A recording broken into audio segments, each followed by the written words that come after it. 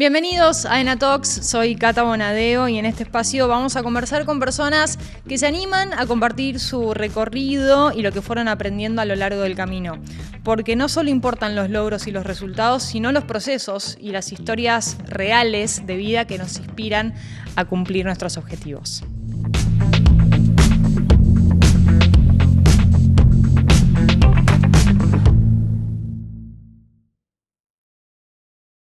Hoy estamos con un invitado muy especial, Gonzalo Vilariño. Él es abogado, entrenador, da conferencias, pero lo que lo trae hoy acá es haber sido director técnico de la Selección Argentina de Fútbol para Ciegos, los Murciélagos, con quien conquistó muchos campeonatos mundiales y también paralímpicos.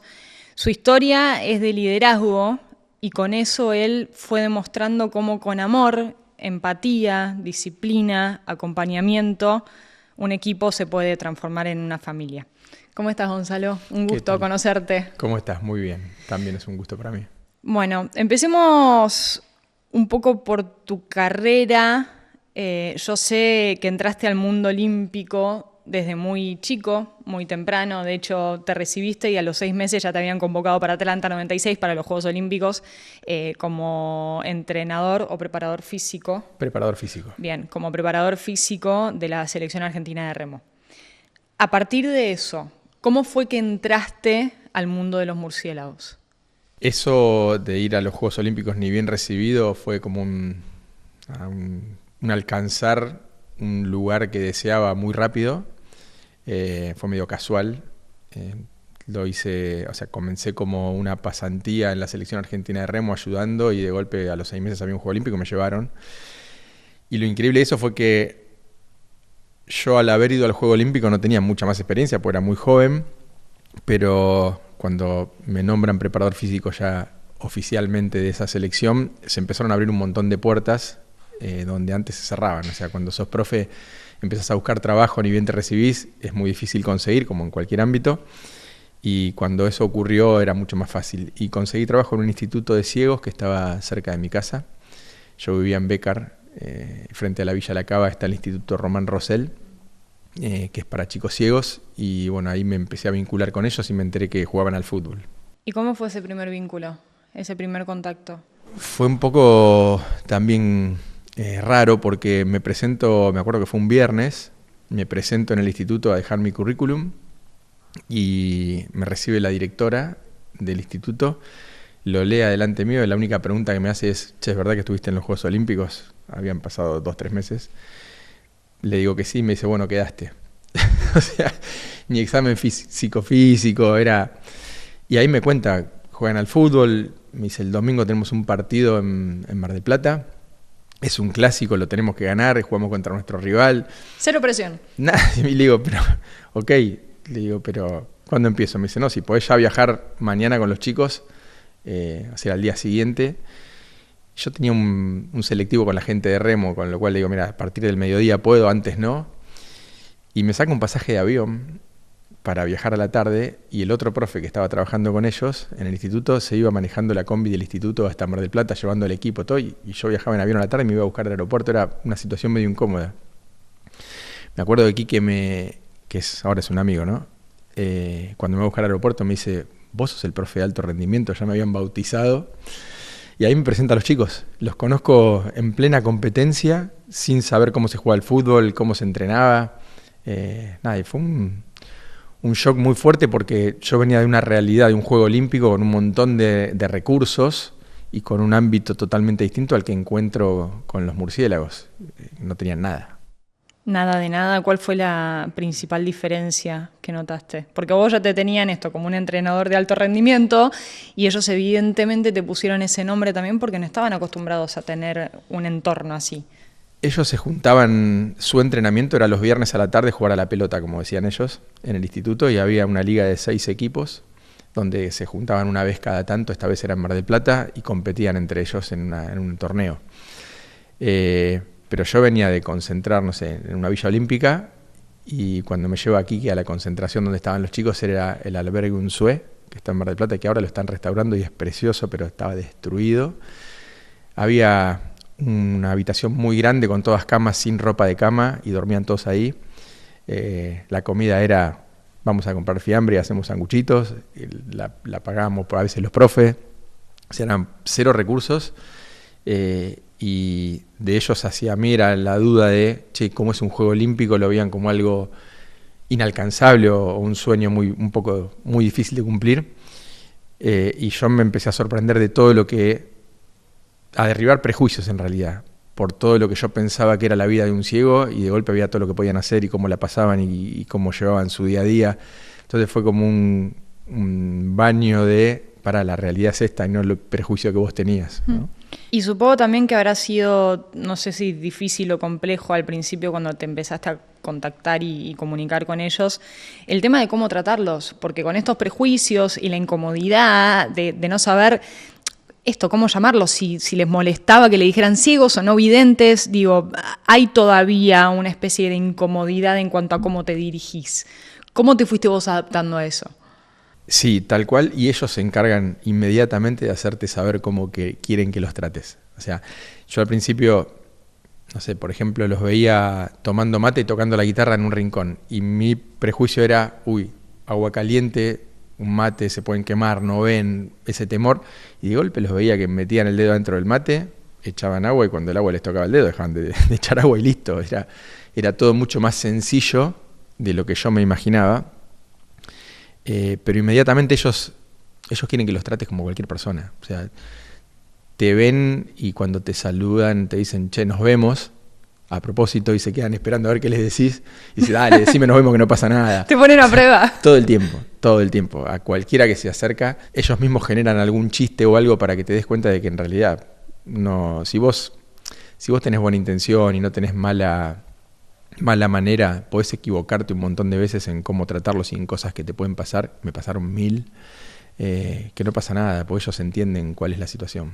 Y en la dinámica de trabajo puntualmente, en el día a día del entrenamiento, ¿qué fuiste aprendiendo vos? ¿Y qué te fueron enseñando ellos en cuanto al deporte en sí? Primero tuve que modificar toda mi forma de comunicarme. Cuando juegan ese famoso clásico, el entrenador en ese momento era Quique, y él me dice, ¿te animás a hacer la entrada en calor antes del partido? Sí, claro, cómo no. Y me para todo el equipo adelante, y cuando doy la primera indicación, que fue todo el mundo abajo y hago el gesto del ejercicio, 2 jugadores se acostaron, 3 se sentaron, o sea, todo el mundo abajo fue interpretado de 1000 maneras distintas. Quique me dice, vení, que la hago yo, sentate a hacer la planilla, o sea, profe de alto rendimiento. Fue un empezar a entender que lo importante era cómo recibían ellos lo que yo transmitía y no como yo lo decía. Entonces ellos mismos me fueron enseñando a decir las cosas de la forma que ellos la podían entender. Fue un desafío porque al principio sentís impotencia, te sentís incapaz, frustración, no es para mí esto, ¿qué hago acá si allá tengo todo mucho más fácil con la selección de remo que yo seguía trabajando? Pero nada, fue una vez que logré vencer esa barrera, sentí que el camino que había que recorrer era tan largo y se podía generar tanto cambio en esto que me entusiasmó muchísimo. ¿Y qué fuiste descubriendo de vos mismo en cuanto a lo personal, ¿no? Bien yendo para tu interior gracias a este trabajo. Creo que con el tiempo lo que cambió en mí fue, primero, esto de no hay excusas. O sea, yo, como dijiste al principio, tengo otro trabajo que es está relacionado con el derecho, con la abogacía, que es mi segunda carrera. Y por ahí venía de mi trabajo, del estudio, con algunas cosas que resolver que eran un problema, y cuando llegabas al entrenamiento y veías todo lo que ellos atravesaban para estar ahí entrenando y las ganas que le ponían, decís, ¿de qué me estoy haciendo drama yo, no? La vida pasa por otro lado. Creo que todo el tiempo te enfocan en cuál es el norte, qué es lo importante, a qué cosas darle sentido y a qué cosas no. Me parece que eso es lo que más me cambió, pero con el tiempo, no es inmediato. Lo vas entendiendo a medida que compartís momentos con ellos. ¿Y cómo fue la transición entre los chicos que se juntaban a jugar a la pelota hasta salir campeones mundiales, hasta estar en un juego paralímpico, hasta ser más profesionales de alguna manera? Sí, yo digo que pasaron de ser chicos ciegos que jugaban a la pelota a futbolistas que tienen una discapacidad, que en este caso es la visión. Fue muy rápido también, porque después de este entrenamiento empezamos a charlar con Enrique, que era el entrenador. En ese fin de semana en Mar del Plata, en un momento me dice: ojalá algún día tengamos un poquito del apoyo que vos tenés en tu otro trabajo. Dice, pues no tenemos nada. De hecho, el primer cambio que él hace, que yo le pregunto por qué hace ese cambio, el equipo estaba jugando muy bien y para lo que yo veía, ¿no?, que tenía muy poca experiencia, y de golpe saca un delantero y pone un defensor. Y cuando yo le pregunto: che, que perdón que me meta, pero ¿por qué pones otro defensor si lo veo bien parado el equipo? Me dice: no, calza lo mismo, le tiene que prestar los botines y tienen que jugar todos. O sea, ese era el fundamento del cambio que él estaba haciendo en el partido. Entonces, para que veas que había cero recurso y competitividad, muy poca. Y él me dice: ojalá algún día tengamos un poquito del apoyo que vos tenés en tu otro trabajo. ¿Y eso te da culpa?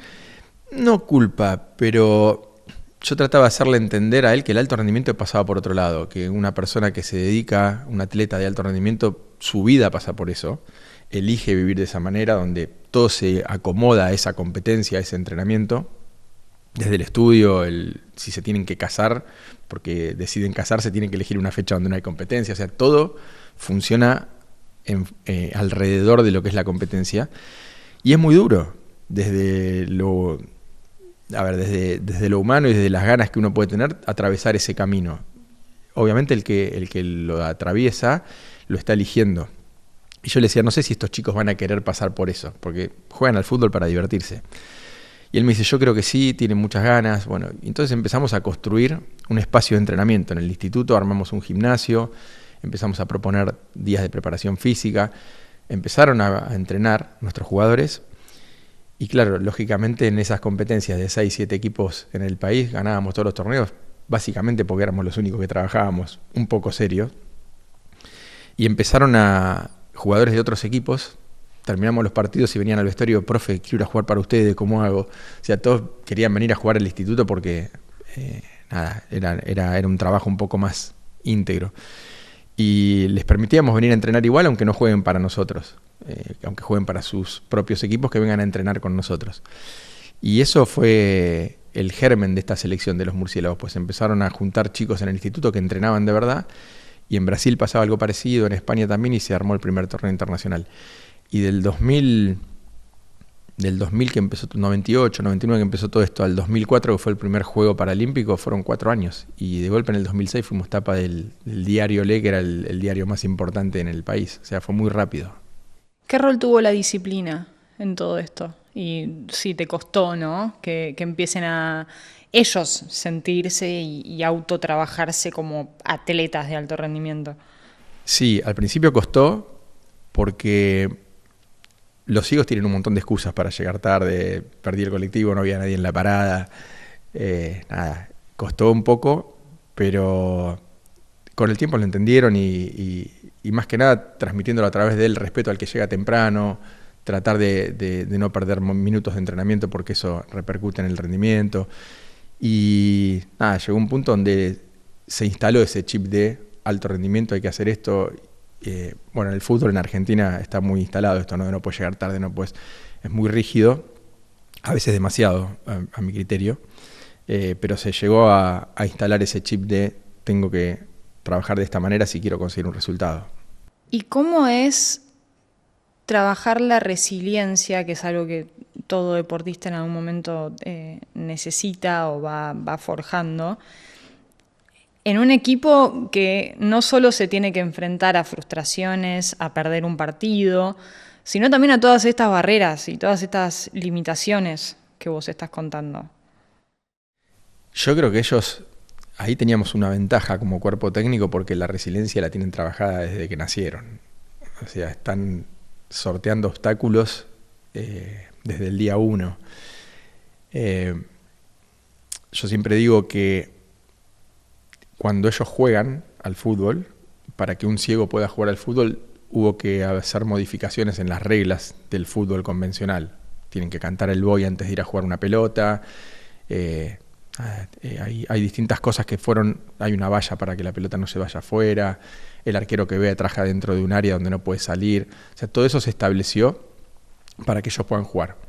Y cuando vos ves un partido, más si es un partido, no sé, una final Argentina-Brasil, donde son dos equipos muy fuertes, no ves incapacidad, ves competencia. O sea, juegan a morir cada pelota, es muy dinámico. Y digo que el problema está cuando termina ese partido y salen a jugar nuestro partido, el de todos los días, con nuestras reglas de juego, con un colectivo que no les para, una rampa que está obstaculizada por un auto, para una persona que está en silla de ruedas. O sea, y creo que ahí es donde ellos trabajaron mucho la resiliencia y la adaptación, ¿no? A superar esas adversidades. Así que creo que es algo que a nosotros nos...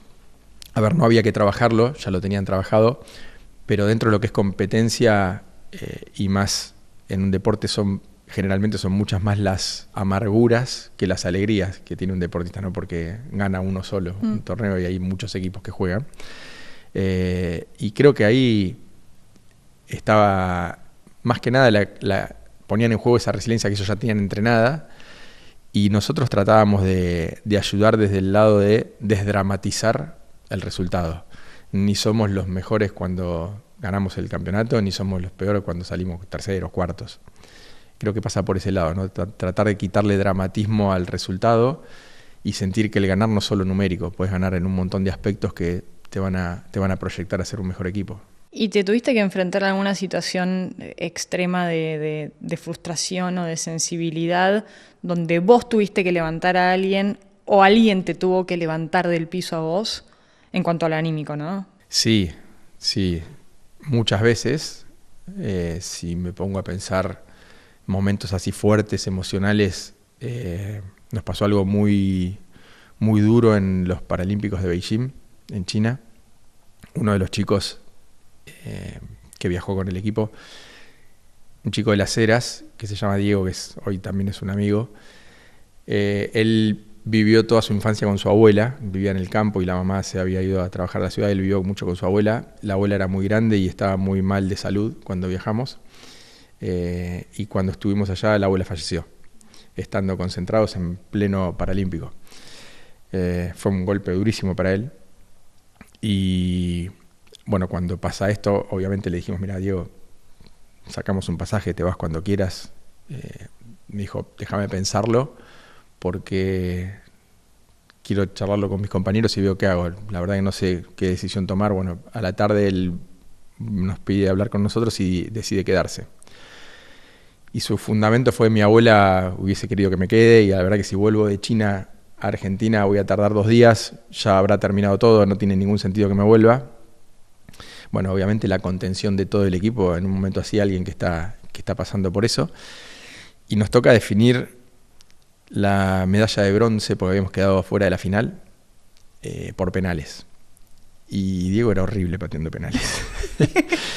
O sea, no sabías si ponerlo no, en yo la no, tanda. yo no lo ponía, entonces había que elegir 3 jugadores, y cuando estoy haciendo la lista viene Diego y en el oído me dice, déjame patear un penal. Y yo hice que no lo escuché. Entonces me dice, hey, ¿me escuchaste? Dice, uno lo pateo yo. Y me dice, se lo quiero regalar a mi abuela, me dice. Y frente a eso, ¿qué vas a decir? Listo. O sea, yo dije, resigno la medalla, Diego está acá, se merece el penal, yo se lo doy a él. Y lo anoté tercero, digo, bueno, si perdamos con el último penal. Y podés creer que los 2 primeros penales nuestros y los 3 primeros de ellos se erran, y el gol lo hace Diego.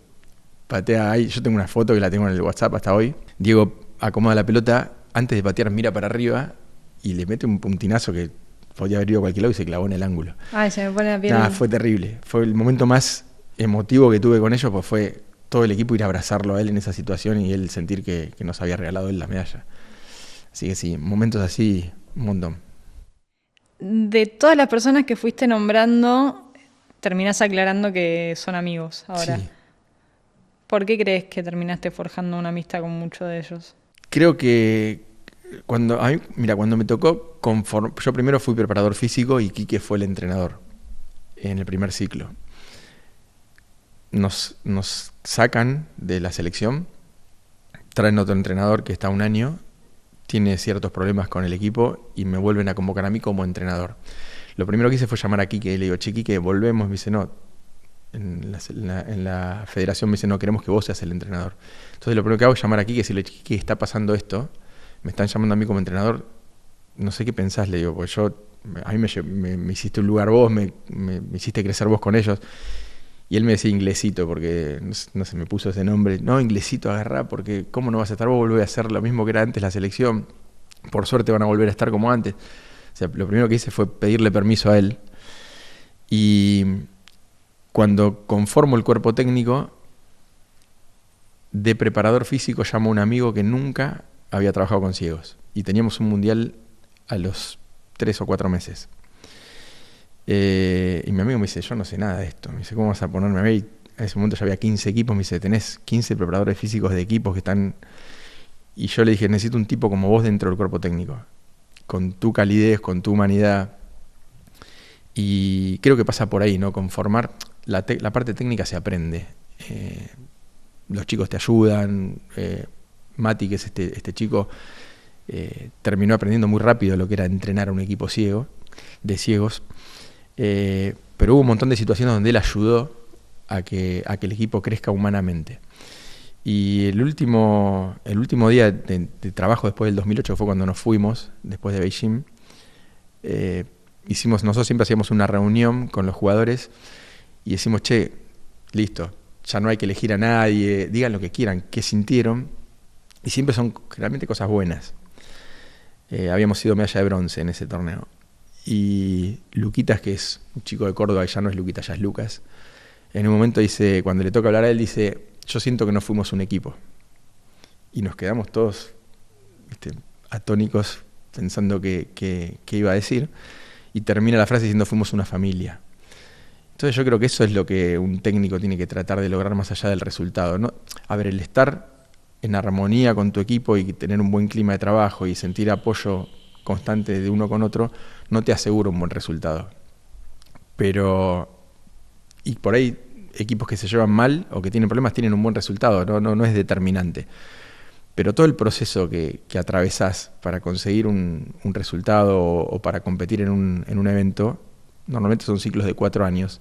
Es mucho más lindo pasarlo con gente que te llevas bien y que disfrutás que sufriendo o teniendo problemas. Y después de mucho tiempo entendés que lo importante son esos 4 años. Lo del campeonato dura una semana. Y no podés hipotecar 4 años de malestar para en una semana salir campeón. Entonces creo que la función de un líder, más allá de obviamente buscar ser lo más competitivo posible, es conformar un equipo que tenga un buen clima de trabajo y que se sientan acompañados. Y de todos esos años que estuviste con ellos, ¿cuál es el mayor aprendizaje o enseñanza que te dejaron?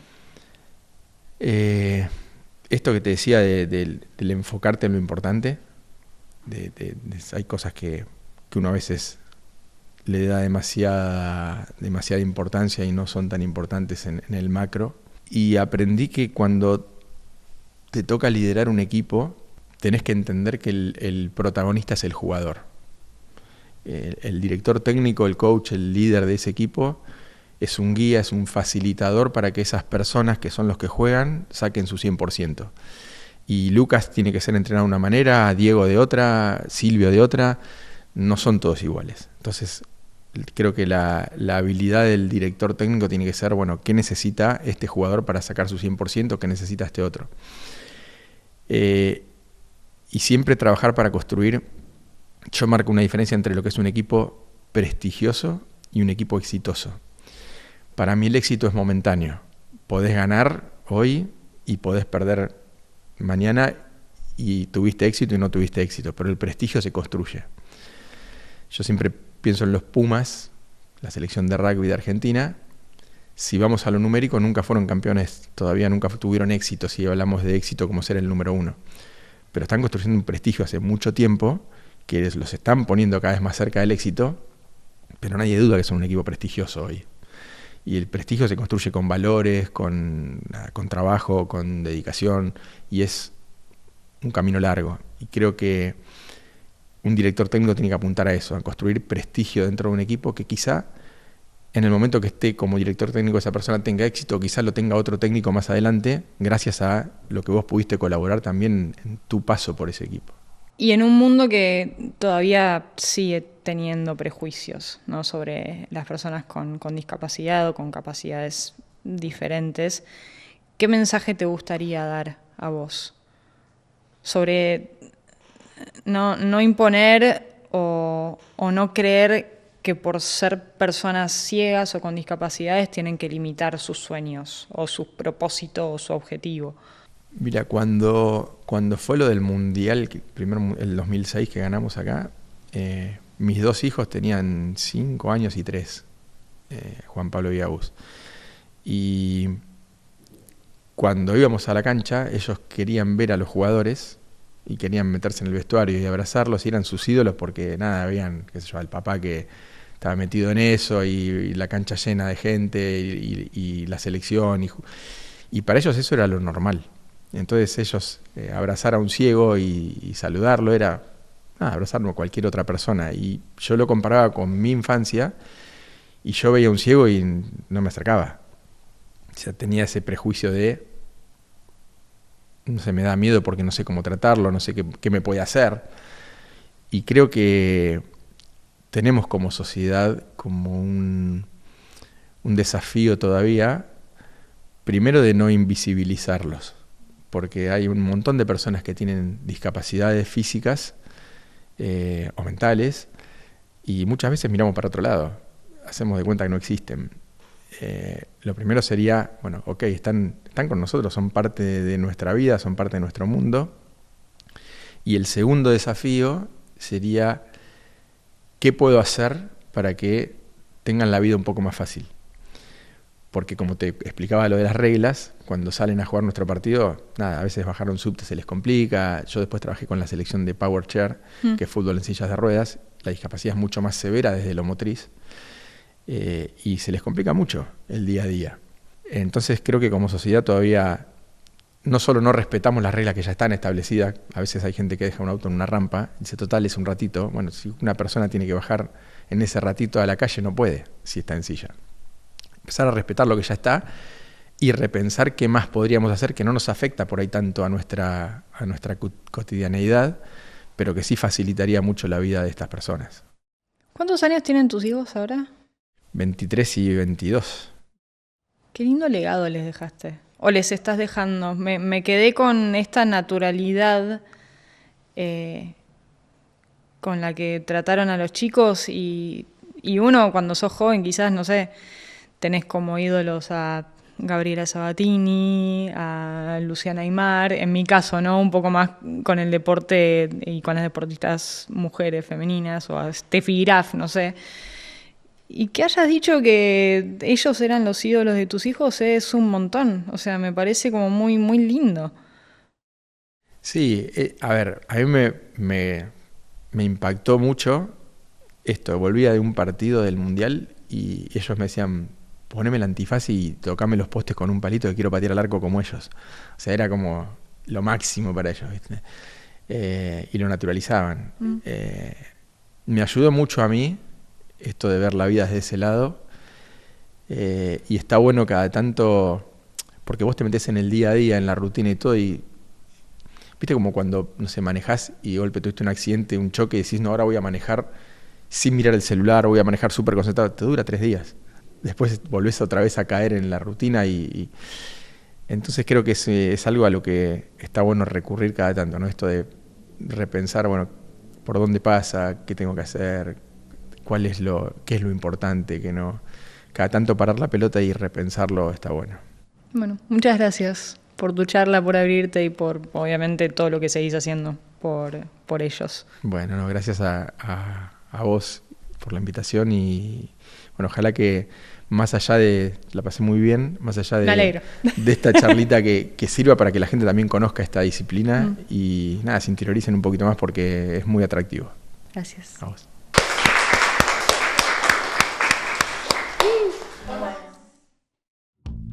Gracias por acompañarnos en este nuevo episodio de ENA Talks. Esperamos que estas historias de vida los inspiren, los motiven, que les sirva para seguir cumpliendo sus desafíos y objetivos. Si les gustó, compártanlo, porque seguramente a mucha gente les sirva también. Nos vemos la próxima.